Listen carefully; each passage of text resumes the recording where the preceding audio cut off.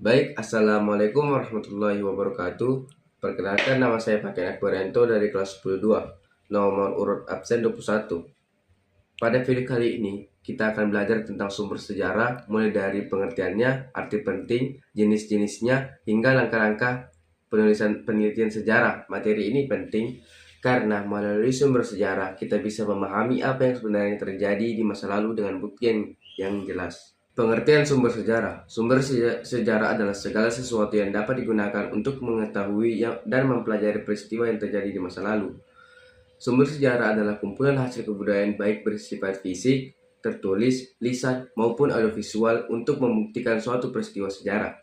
2. Arti penting sumber sejarah.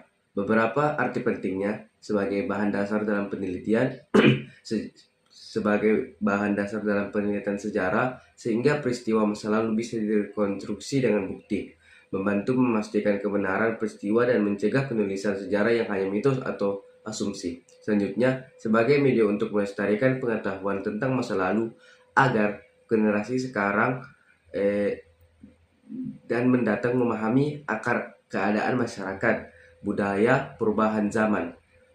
3. Jenis-jenis sumber sejarah berdasarkan bentuk dan sifatnya. Berdasarkan sifatnya, sumber primer, sumber yang berasal langsung dari masa atau pelaku peristiwa tersebut. Kedua, sumber sekunder, sumber yang dibuat setelah peristiwa atau oleh orang yang tidak mengalami langsung. Berdasarkan bentuknya, sumber tertulis seperti prasasti, naskah, dokumen, surat kabar. Sumber lisan, cerita atau wawancara, kesaksian dari pelaku atau peristiwa atau saksi sejarah.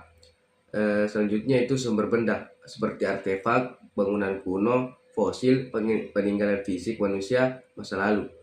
Selanjutnya itu sumber audio atau visual atau audiovisual dan rekaman suara, foto, video, film, dokumenter masa lalu.